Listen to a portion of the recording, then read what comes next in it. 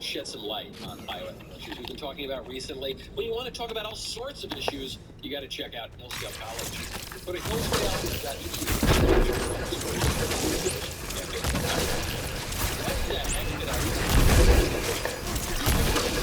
I don't have the time to listen to this. That's you.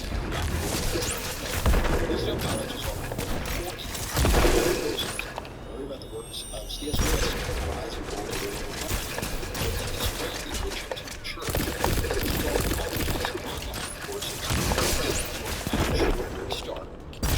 C.S. Lewis on Christianity. The 7-lecture course on this is classic in Christianity, history, technology, scripture, prayer, suffering, joy, heaven, and hell. The course is self-paced, so you can start whenever and wherever. Enroll now in C.S. Lewis on Christianity.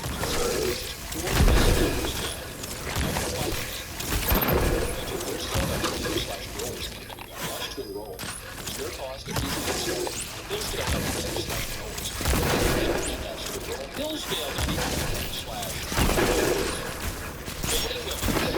District Attorney, Fulton Georgia, she's the one bringing the charges against Donald Trump in the case where the Democrats were in the election and they wanted to interfere in this election. They wanted to throw him into an orange jumpsuit. Fannie Willis testified in the May court because his lawyer, one of Trump's associates, who's also being prosecuted, Steve Trump himself, one of his associates, was being prosecuted.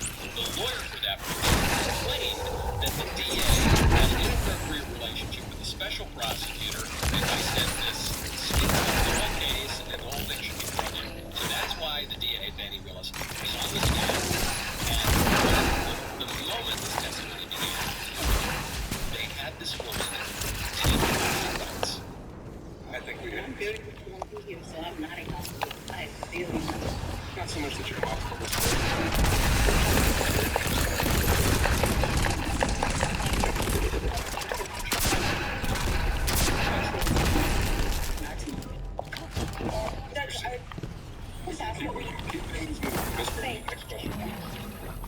Little defensive, darling.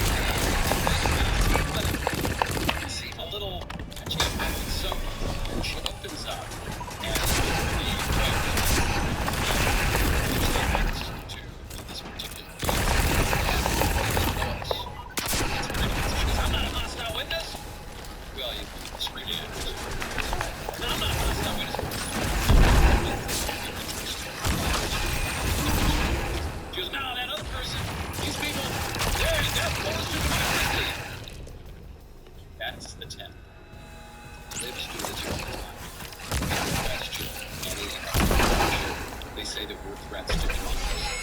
If we ever suggest that perhaps they shouldn't rig the elections, and perhaps we should make sure that citizens who are voting, bad actors go around and collect a ton of ballots and drop them off in insecure drop boxes, they say, no, that's a threat to democracy. They say, no, we're the ones trying to protect democracy. Every time a fraudulent vote is cast, that negates the vote of someone who actually has the right to vote. No, it's a threat to democracy. Okay, every time you protest, every time you lobby your government, every time you express discontent at corruptions, we used to think was an expression of democracy. No, it's a threat to democracy. Some Midwestern granny takes a selfie at the Capitol, threat to democracy. Anytime people elect a candidate that they like, they elect Viktor Orban, let's say, in Hungary, the majority of people want to elect him, that's a threat to democracy. The Italians vote for Brexit, that's a threat to democracy. The majority of Italians vote for Giorgia Meloni, that's a threat to democracy. It's always a threat to democracy, even when that's what most people want. Doesn't make sense. So the woman opens up, typical line, because she doesn't have any other arguments to use. She also doesn't seem to understand the words that the lawyer is speaking.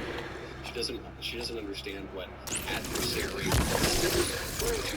So already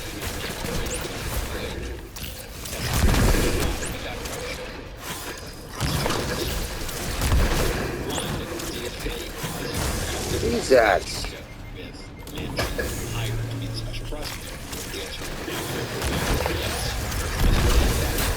Well, the question is, had the relationship before she hired him in this case? She maintained no. It wasn't inappropriate who then paid her back with all sorts of lavish trips and gifts. She says no. She hired him for the job, which would be bad enough, but that's a lie too. Her friend testified in court.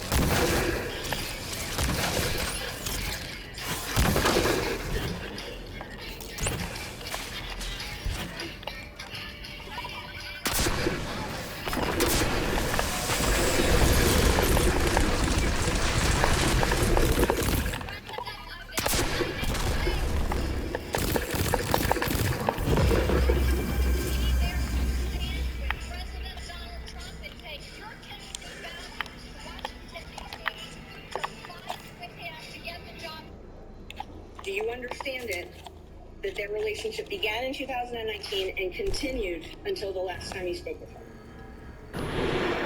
Yes. Yes. Okay, so if the relationship began in 2019, then obviously the prosecution, President Trump was still president.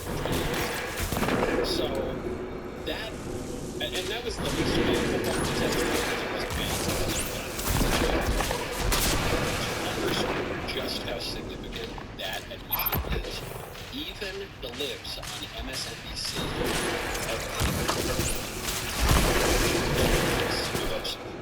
It's so really eccentric and just so important and fascinating. Right, don't let the legalese fool you. This is epic. This is monumental. If things are going in the direction we think, Connie Willis lied to the court. It's game over for her. She will be disqualified if they have a relationship prior to when they represented to the court. It's a huge deal. I can't understate it. She lied to the court. Not only the judge, she's a district attorney now. She lied to the court. Not only did she possibly lie against the relationship, and she almost certainly committed a crime. She was taking kickbacks or lying because she set aside her lover. But then she would have perjured herself before the court by lying about where this relationship began. That's not even the end of the proposition, because we know that the lover bought her all these sorts of nice things. So how is it going to be that's not a kickback? And she's going to say, well, it wasn't a kickback because I paid for my share. Even then, a little bit dubious, but if she paid for her share, okay, fair enough, there should be a record of that, right? For goodness sakes, I have a record of basically every cup of coffee I buy when I'm going through an airport. Everything is electronic these days, so, okay, you actually paid for half of these expenses, all these where are the receipts? And her boyfriend, Nathan Wade, gives an unsatisfying answer. You said in the affidavit that you roughly shared travel, though, correct? Yes, ma'am. Okay. So this roughly sharing travel, you're saying she reimbursed you? And where did the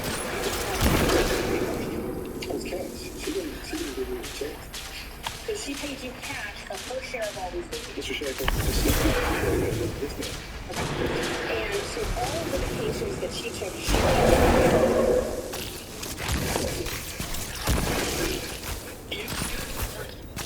If you believe that she actually takes back, I got a bridge in Brooklyn to sell. But second of all, you believe, I don't know what's worse. Is it worse that he's pretty clearly lying about this? That she didn't go back to the camp and take thousands of dollars in cash? Like what, envelopes? Like, this is what they got Senator Rob Menendez on. It looks like the worst kind of gangster that you can imagine. That was carrying cash. I don't know if it's worse that she did that, and is acting like a gangster, or if it's worse that he's lying, which seems much more likely. You got you. She didn't pay me on credit card. She didn't pay me on credit. No, this fat block of cash that we apparently all have lying around. Tens of thousands of dollars in cash.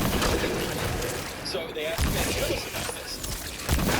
They say, hold on. So you're dating this guy. You probably were dating him before you hired him to prosecute from. But even if you started somehow, this guy then is making a ton of money. He's completely unqualified for the job. You're paying him way more money than he deserves than other lawyers. And then he starts spending that money on you. But then he insists that you pay him back for it. There's no record of any of this somehow because you were paying him in cash. Okay, Fanny. Where'd you get the cash? And you could not, if you were writing a dark article about political corruption, you could not have scripted a better answer. But I always have cash at the house. That has been, I don't know, all my life. If you go on a date with the man, you better have so if that man acts up, you go and do cash. And I don't keep cash in my I don't go on any dates. When you go on a date, so my question was,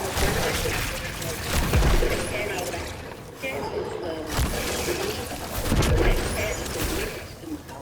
so for me to tell you the source of when it comes from, when you go to Publix and you buy something, you get $50 and throw it in there. When it's in my phone, I took out a large amount of money on my first campaign. I kept some of the cash back. Like, hold on, wait, pause, rewind the tape.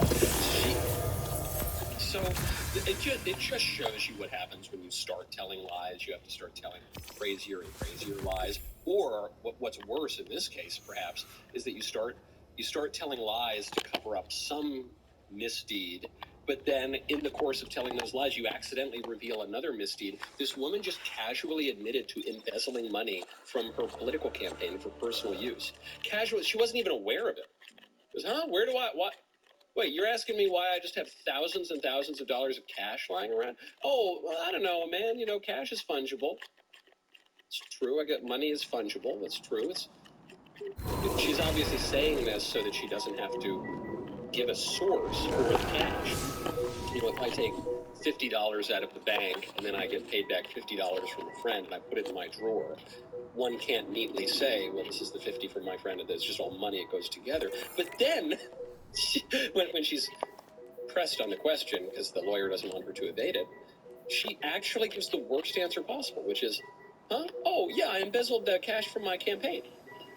I am so thoroughly corrupt that my excuse for my other corruption is to casually admit to a very significant crime. The funniest part of all of this, zoom out a little bit here so you don't miss the forest for the trees. The case that Fani Willis is bringing against Donald Trump is a RICO case. It's the case you bring against the mob. It's for racketeering.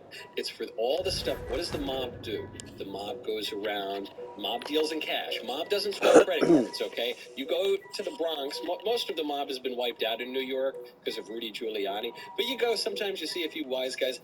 they're dealing with cash, okay? And they're going around and there's influence operations and they all got weird romantic relationships and they're all just trying to impose their political will, usually absent reason, certainly absent the law, on their opponents. And well, what do you know? Not only did Trump not do any of that, but this woman did. And